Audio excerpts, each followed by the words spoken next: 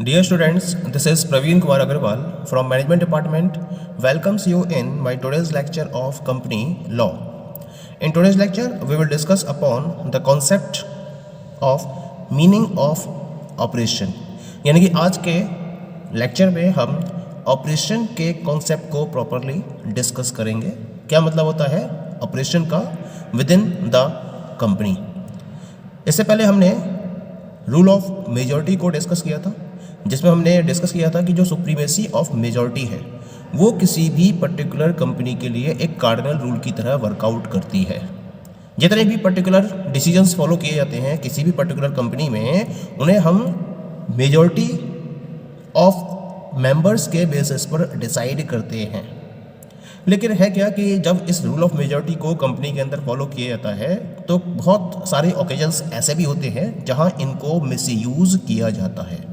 कई बार इसका मिसयूज़ किया जाता है और जो रॉन्ग एक्ट्स हैं या जो रॉन्ग डीड्स हैं उनको मेजॉरिटी के बेसिस पर पास करा लिया जाता है. और कुछ पर्टिकुलर शेयर होल्डर्स को तो काफ़ी इससे उनके राइट्स को बहुत ज़्यादा डैमेज भी होता है. तो एक तरीके से ये जो माइनॉरिटी मेंबर्स हैं उनके लिए ये ऑपरेसिव हो जाता है. यानी कि कुछ पर्टिकुलर पॉइंट्स पर जहां इसका प्रॉपर मिसयूज़ किया जाता है उसका रिजल्ट क्या होता है कि जो माइनॉरिटी मेंबर्स हैं उनके लिए ऑपरेसिव हो जाता है. यानी कि एक तरीके से ऑपरेसिव का मतलब होता है उत्पीड़न करना, किसी के राइट्स का हनन करना. उसे हम ऑपरेसिव एक्ट के नाम से जानते हैं. तो जब रूल ऑफ मेजॉरिटी को मिसयूज किया जाता है तब ऑपरेसिव कंडीशन अराइज होती है in case of the minority members. Minority members का मतलब क्या है यहाँ पर, जो मेजॉरिटी की काउंटिंग में नहीं है, जिन्होंने रेजोल्यूशन के अगेंस्ट में वोटिंग की है लेकिन उसके बावजूद भी रेजोल्यूशन पास हो गया. तो जो मेंबर्स अगेंस्ट में थे या जिन्होंने वोट नहीं किया था वो मेंबर्स कहलाते हैं माइनॉरिटी मेंबर्स. यानी कि इनकी क्वांटिटी क्या होती है, कम होती है, और मेजॉरिटी की क्वांटिटी ज़्यादा होती है और उसके बेसिस पर रेजोल्यूशन पास हो जाता है. तो जब मिसयूज किया जाता है रूल ऑफ मेजॉरिटी का उस केस में ऑपरेसिव कंडीशन अराइज होती है. अगर मैं लिटरल वे में ऑपरेशन टर्म की बात करूं तो उसका मतलब होता है any act which is exercised in a burdensome, harsh and wrongful manner. यानी कि अगर कोई भी एक्ट बर्डनसम तरीके से, गलत तरीके से, हार्श वे में एक्सरसाइज किया जाता है तो हम उस एक्ट को ऑपरेसिव एक्ट का नाम देते हैं. कंपनीज के रिलेशन से अगर मैं ऑपरेशन वर्ड की बात करूं, इसका मतलब होता है कंपनी के अफेयर्स को लेकर अनजस्ट और अनफेयर डीलिंग को फॉलो करना. जो क्या है, जो हार्श है, बर्डनसम है, प्रेजुडिशियल है, ऑपरेसिव है किसी एक पर्टिकुलर मेंबर के लिए या सम ऑफ द मेंबर्स के लिए या फिर पब्लिक इंटरेस्ट के लिए. तो हम ऐसे एक्ट को ऑपरेसिव एक्ट की कैटेगरी में रखते हैं. यानी कि कंपनी में अगर कोई भी ऐसा एक्ट फॉलो किया जाता है जो कंपनी के किसी पर्टिकुलर मेंबर या सम ऑफ द मेंबर्स के लिए या पब्लिक इंटरेस्ट के लिए हार्श है, बर्डनसम है, प्रेजुडिशियल है या ऑपरेसिव है, तो वो पर्टिकुलर एक्ट ऑपरेसिव एक्ट के अंडर में काउंट किया जाता है. ऑपरेसिव का मतलब होता है उत्पीड़न करना, यानी कि किसी के राइट को हनन कर देना. उसे हम ऑपरेसिव एक्ट की कैटेगरी में रखते हैं. ठीक है, या हम एक प्रॉपर डेफिनेशन इसकी स्टडी कर सकते हैं. यहाँ मैंने एक प्रॉपर डेफिनेशन इसकी प्लेस कर रखी है ऑपरेशन की. Operation takes place in a company when the affairs of the company are conducted in a manner which is harsh or tyrannical और अनफेयर और प्रेजुडिशियल और ऑपरेसिव. एक ही टर्म से सारी है ना. To any or some of the members or to the public interest or to the interest of the company. यानी कि ऑपरेशन कंपनी में तब अकर होता है जब कंपनी के मेंबर्स, कंपनी के अफेयर्स को इस तरीके से कंडक्ट किया जाए जो बहुत हार्श हो, बहुत टायरेनिकल हो, अनफेयर है, प्रेजुडिशियल है या ऑपरेसिव है सब मेंबर्स के लिए या पब्लिक इंटरेस्ट के लिए या कंपनी के इंटरेस्ट के पॉइंट ऑफ व्यू से. तो हम इसे ऑपरेशन का नाम देते हैं और इस एक्ट को ऑपरेसिव एक्ट का नाम देते हैं। पॉइंट क्लियर हो गया, डेफिनेशन क्लियर हो गई ऑपरेशन की। Now we will talk about the essentials of operations, यानी कि अगर आप किसी एक्ट को ऑपरेसिव एक्ट की कैटेगरी में रखते हो या आप ऑपरेशंस की कंडीशन को अगर कंपनी के अंदर फॉलो करते हुए देखते हो तो उसके लिए किन किन एसेंशियल्स का होना जरूरी है, यानी किन किन कंडीशंस में ऑपरेटिव कंडीशंस क्रिएट होती हैं, हम उन कंडीशंस को यहाँ डिस्कस करेंगे, उन एसेंशियल्स को यहाँ डिस्कस करेंगे। The very first essential is any conduct of the affairs of the company which is prejudicial to, यानी कि कोई भी कंपनी के अफेयर के रिलेशन में कोई भी पर्टिकुलर कंडक्ट जो प्रेजुडिशियल होना चाहिए, किसके लिए, कंपनी के किसी भी मेंबर के लिए या कंपनी के कुछ मेंबर्स के लिए या फिर पब्लिक इंटरेस्ट के लिए, तब हम उसे ऑपरेसिव एक्ट की कैटेगरी में रखेंगे।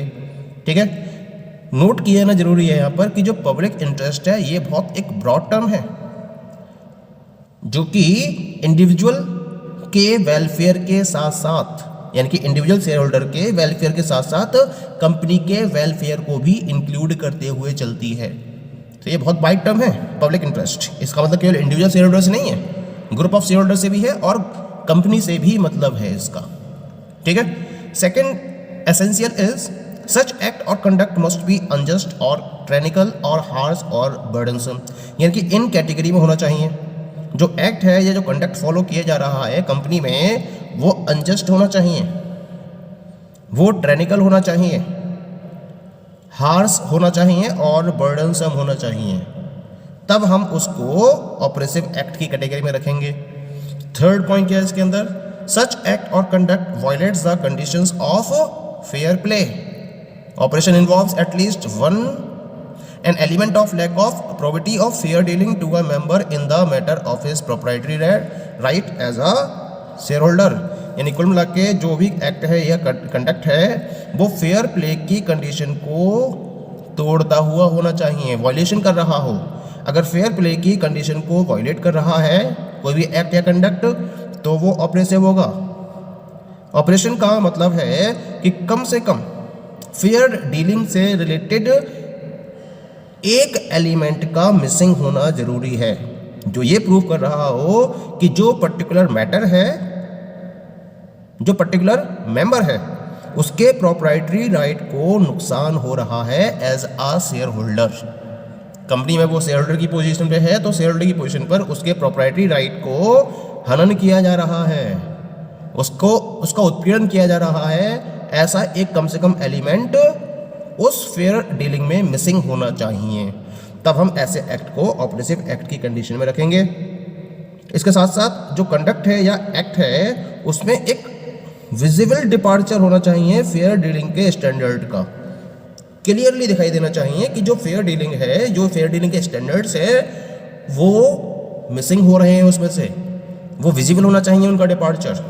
ठीक है, जिसके लिए कंपनी के शेयर होल्डर्स एंटाइटल्ड है उसके रिलेशन में, वो जो फेयर डीलिंग का स्टैंडर्ड है उसका डिपार्चर उस कंडक्ट में या उस एक्ट में विजिबल होना चाहिए, तब हम उस एक्ट को ऑपरेसिव एक्ट की कैटेगरी में रखेंगे।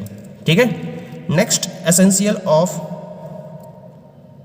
It is a member can complain of operation only in his capacity as a member and not in his capacity as director or creator, यानी कि मेंबर के तौर पर कोई भी पर्टिकुलर पर्सन कंपनी के अंदर ऑपरेशन की कंप्लेन को फाइल कर सकता है, लेकिन एज अ डायरेक्टर या एज अ क्रिएटर वो इसको फॉलो नहीं कर सकता। पॉइंट क्लियर हो रहा है, यानी कि एक पर्टिकुलर पर्सन जो कंपनी का शेयर होल्डर भी है और डायरेक्टर भी है तो वो और क्रिएटर भी है, तो इन तीनों में से मेंबर के कैपेसिटी के बेसिस पर वो ऑपरेशन को कंप्लेन कर सकता है, ऑपरेशन की कंप्लेन कर सकता है, लेकिन as a director as a creator वो ऑपरेशन की कंप्लेन फाइल नहीं कर सकता।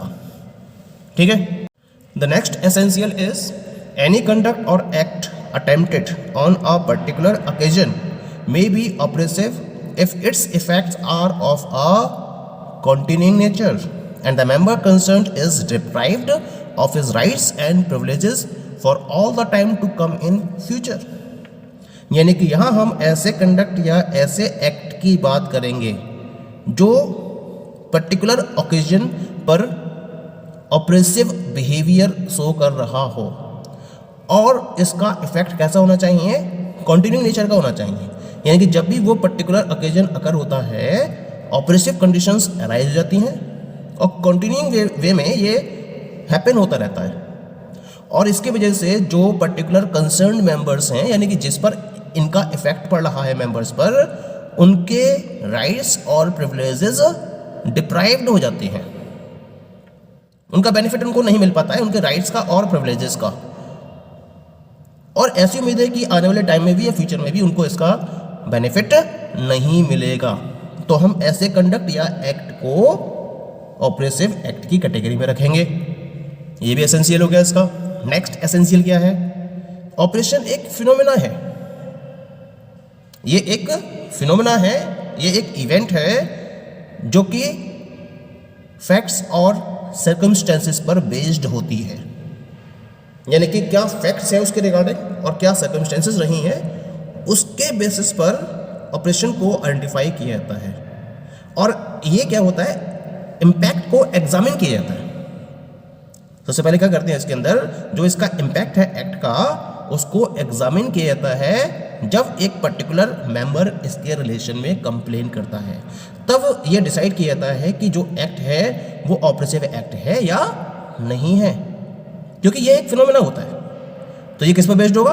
फैक्ट्स पर बेस्ड होगा और सर्कमस्टेंसेस पर बेस्ड होगा।